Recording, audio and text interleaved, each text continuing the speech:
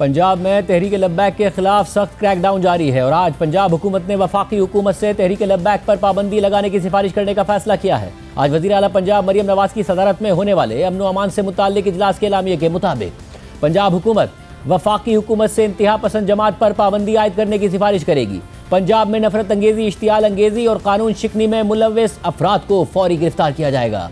Police अफसरान की शहादत और सरकारी अमलाक की तबाही में मुलव्विस रहनुमाओं और कारकुनों पर मुकदमात चलेंगे। एलामिया के मुताबिक इंतहा पसंद जमात की क़यादत को इंसदाद दहशतगर्दी एक्ट के 4th शेड्यूल में शामिल किया जाएगा। इंतहा पसंद जमात की तमाम जायदादें और असासे महकमा औकाफ की तहवील में दिए जाएंगे। जमात के पोस्टर्स, बैनर्स और इश्तिहारात पर मुकम्मल पाबंदी होगी। नफरत फैलाने वाली इंतहा पसंद जमात के सोशल मीडिया अकाउंट्स बंद किए जाएंगे। तमाम बैंक अकाउंट्स मुंजमद किए जाएंगे। लाउड स्पीकर एक्ट की खिलाफ वर्जी पर सख्त तरीन कार्रवाई होगी। पंजाब हुकूमत की सिफारिश के बाद अगर वफाकी हुकूमत तहरीक लब्बैक पर पाबंदी लगाती है या उसे कलअदम करार देती है तो ये पहली दफ़ा नहीं होगा। अप्रैल 2021 में तहरीक इंसाफ की हुकूमत में जब TLP ने इसी तरह के पुरतशद्दुद मुजाहिरे किए, 2 पुलिस एहलकारों को शहीद और सैकड़ों को जख्मी कर दिया और 3 दिन तक मुल्क के कई शहरों को यरगमाल बनाकर रखा, तो वफाकी हुकूमत ने तहरीक लब्बैक पर पाबंदी लगाकर उसे कलअदम जमात करार दे दिया था। मगर फिर उसी साल नवंबर में तहरीक इंसाफ की हुकूमत ने तहरीक लब्बैक के एक और एहतजाज को ख़त्म करवाने के लिए एक खुफिया मुआहदा कर लिया, जिसके नतीजे में TLP से पाबंदी हटा दी गई, जबकि साथ ही हिरासत में मौजूद TLP के अमीर साद रिजवी और TLP के सैकड़ों कारकुनों को रिहा कर दिया गया। मगर अब दोबारा पंजाब हुकूमत हालिया पुरतशद्दुद एहतजाज के बाद वफाकी हुकूमत से TLP पर पाबंदी लगाने की सिफारिश करने जा रही है। इसके अलावा पंजाब में TLP की सख्त क्रैकडाउन भी हो रहा है। नुमाइंदा जियो न्यूज़ अहमद फराज की पंजाब पुलिस के हवाले से खबर के मुताबिक पंजाब भर में 3400 मुल्जिमान को गिरफ्तार कर लिया गया है। मुल्जिमान को A, B और C कैटेगरीज में तकसीम करके गिरफ्तार किया जा रहा है। वीडियोस की मदद से तशद्दुद और तोड़ फोड़ में मुलव्विस अफराद की निशानदही की जा रही है। इसी तरह अहमद फराजी की खबर के मुताबिक पंजाब पुलिस ने 2016 से 2025 के दौरान TLP की जानिब से किए गए पुरतशद्दुद मुजाहिरों और एहतजाज के दौरान जानी और माली नुकसानात की तफसीलात जारी कर दी हैं। पुलिस रिकॉर्ड के मुताबिक मजहबी जमात के पुरतशद्दुद मुजाहिरीन ने लाहौर समेत पंजाब भर में 11 पुलिस एहलकारों को शहीद किया, जबकि बेकाबू हुजूम के पथराव, डंडों के इस्तेमाल और फायरिंग से 1648 पुलिस एहलकार जख्मी हुए। मजहबी जमात के पुरतशद्दुद मुजाहिरीन के हमलों में 69 पुलिस एहलकार मुस्तकिल माजूर हो गए, जबकि 202 एहलकार शदीद जख्मी हो गए। TLP के कारकुनों के तशद्दुद से 16 आम शहरी शहीद हुए, जबकि 54 शहरी शदीद जख्मी हुए और सरकारी अमलाक को भी नुकसान पहुंचाया गया। इसके अलावा हालिया पुरतशद्दुद एहतजाज के तनाजुर में TLP के गिरफ्तार कारकुनों को अदालत में पेश किया जा रहा है। नुमाइंदा जियो न्यूज़ दुआ मिर्जा की खबर के मुताबिक TLP से ताल्लुक़ रखने वाले 118 मुल्जिमान को आज लाहौर की इंसदादी दहशतगर्दी की अदालत में पेश किया गया, जहां अदालत ने 98 मुल्जिमान को जुडिशल रिमांड पर जेल भिजवा दिया, जबकि 20 मुल्जिमान को 18 दिनों के लिए जिस्मानी रिमांड पर पुलिस की तहवील में दे दिया। सिर्फ यही नहीं, TLP के खिलाफ सख्त क्रैकडाउन जारी रखने के साथ साथ उसे मुकम्मल तौर पर न्यूट्रलाइज करने के लिए भी इक़दाम उठाने का फैसला कर लिया गया है। आसिफ चौधरी की खबर के मुताबिक हुक्काम ने फैसला किया है कि तहरीक लब्बैक ने अपने क़याम के बाद से कानून नाफिज करने वालों और गैर मुस्लिम कम्युनिटीज़ के लिए जो खतरात पैदा किए हैं उन्हें न्यूट्रलाइज करने के लिए कई इक़दाम उठाए जाएंगे। TLP को काबू में रखने के इस फैसले को कुछ अहम मीटिंग से जोड़ा जा रहा है, जिनमें TLP के पुरतशद्दुद मुजाहिरों, कानून नाफिज करने वालों पर हमलों, गैर मुस्लिमों की इबादतगाहों की तोड़ फोड़ के रिकॉर्ड पर बहस की गई। एक सीनियर पुलिस अफसर जो हाई लेवल मीटिंग की इस तफसीलात से आगाह थे, उन्होंने बताया कि हुक्काम का ख्याल है कि अब वक्त आ गया है कि TLP की क़यादत को सजा दी जाए जो नौजवानों को मजहब के नाम पर उकसा रही है। इस अफसर के मुताबिक इजलास के शुरा को बताया गया कि गुज़िश्ता 3 सालों में पंजाब भर में TLP के एक्टिविस्ट की तरफ से 25 बार चर्च और दीगर मजहबी मकामात पर हमले किए गए। इजलास में इत्तफाक़ राय था कि ये रियासत और उसके इदारों के लिए आखिरी मौका है कि वो TLP से आहनी हाथों से निपटें। इसके अलावा आज ही यह खबर भी सामने आई है कि पंजाब हुकूमत ने लाहौर और शेखुपुरा में TLP के खिलाफ दहशतगर्दी के मुकदमात में स्पेशल पब्लिक प्रोसिक्यूटर्स तैनात कर दिए हैं। जबकि नुमाइंदा जियो न्यूज़ अयाज अकबर यूसुफजई की ज़राए से खबर के मुताबिक इस्लामाबाद के मुख्तलिफ इलाकों में TLP के दफातर सील कर दिए गए हैं। ज़िला इंतज़ामिया ने बाराकहू और सुआ समेत कई इलाकों में TLP के दफातर सील कर दिए हैं।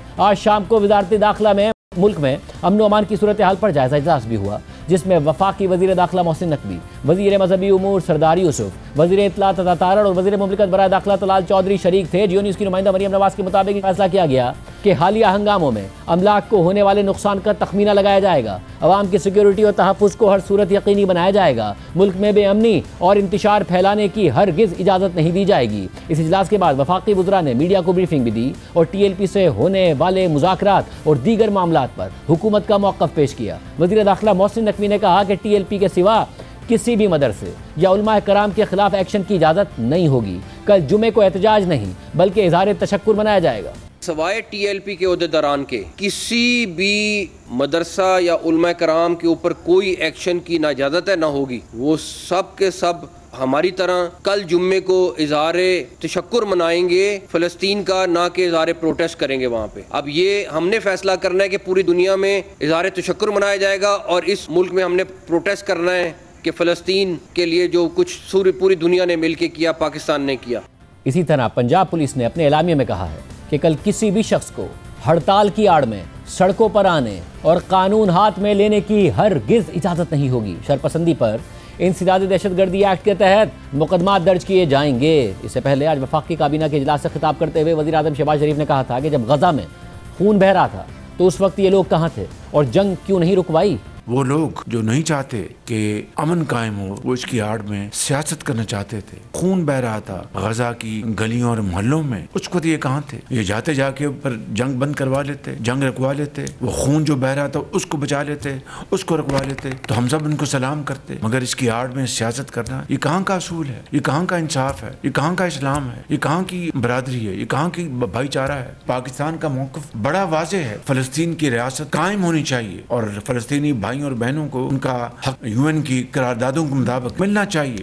दूसरी जानिब जियो न्यूज़ के प्रोग्राम जुर्म और सज़ा में मेज़बान उम्मे फरवा ने TLP के कारकुनों के तशद्दुद से जख्मी होकर म्यू अस्पताल में ज़ेरे इलाज पुलिस अफसरान और एहलकारों से गुफ्तगू की और उनके हालात अवाम को दिखाए। इसमें 10 के करीब ऐसे पुलिस एहलकार हैं कि जिनकी हालत तशवीशनाक है। आपको मैं सबसे पहले दिखाना चाहती हूँ सलीम से। ये भी पुलिस एहलकार हैं। सलीम से मैं बात करना चाह रही थी लेकिन मुझे डॉक्टर से पता चला कि सलीम के गर्दन पर एक गोली आके लगी जो कि उसकी गर्दन से शारक से गुजर के पास से गई है, जिसके बाद से अब वो बोल नहीं सकता और कब बोलना शुरू करेगा ये तो डॉक्टर ही बेहतर बता सकते हैं। सलीम यतीम खाना चौक के ऊपर थे जहाँ पर उनके साथ इंसिडेंट हुआ और उनकी आप देखिए उनको मल्टीपल फायर आर्म्स इंजरीज़ हैं जो यहाँ से एक निकल के यहाँ गई है जो उनकी वोकल कॉर्ड डैमेज कर दी है। अब डॉक्टर्स कह रहे हैं may be he may not be able to speak for his life और अगर ये होता भी है तो इसकी रिकवरी बहुत स्लो होगी। हमारे पास एक और भी ज़ख्मी है, इनका नाम जो है मोहसिन है।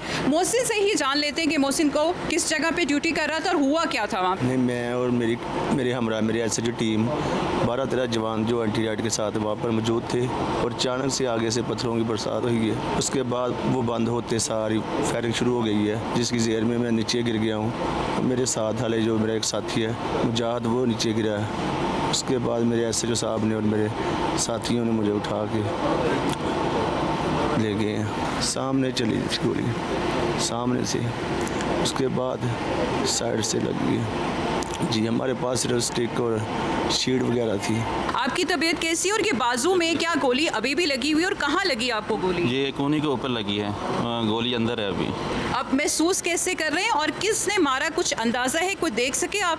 नहीं, हमने देखा नहीं है, दे रहा था 3-4 का टाइम था जब उन्होंने हम पर फायर किए, छतों की तरफ से फायर किया हम पर। आप उनका पिछला ट्रैक रिकॉर्ड देख लें, जब भी ये मजहबी जमात बाहर निकली है इन्होंने यही काम किया है। पत्थर जो उन्होंने बैग्स पहने होते हैं अपने बैकपैक, उसके अंदर पत्थर रखा होता है, पेट्रोल बम उन्होंने साथ रखा होता है, ऑयल टैंकर वो साथ साथ चलाते हैं जो वो इस तरह की चीज़ों के अंदर इस्तेमाल करते हैं। इसी तरह उन्होंने इस दफ़ा किया। लास्ट टाइम की आपकी उनकी वीडियोस देख लें जिनमें उनके सो कॉल्ड जनरल्स डंडे तैयार करा रहे हैं, उनके ऊपर कील लगा रहे हैं। अभी भी आप जितनी वीडियोस में उनके डंडे देखेंगे वो अच्छे खासे मोटे थिकनेस के हैं और उनके ऊपर प्रॉपरली कील लगे हुए हैं। उसी सेम जो वतीरा उनका पिछले सालों में चलता आया है वही वतीरा उन्होंने इस दफ़ा इस्तेमाल किया है।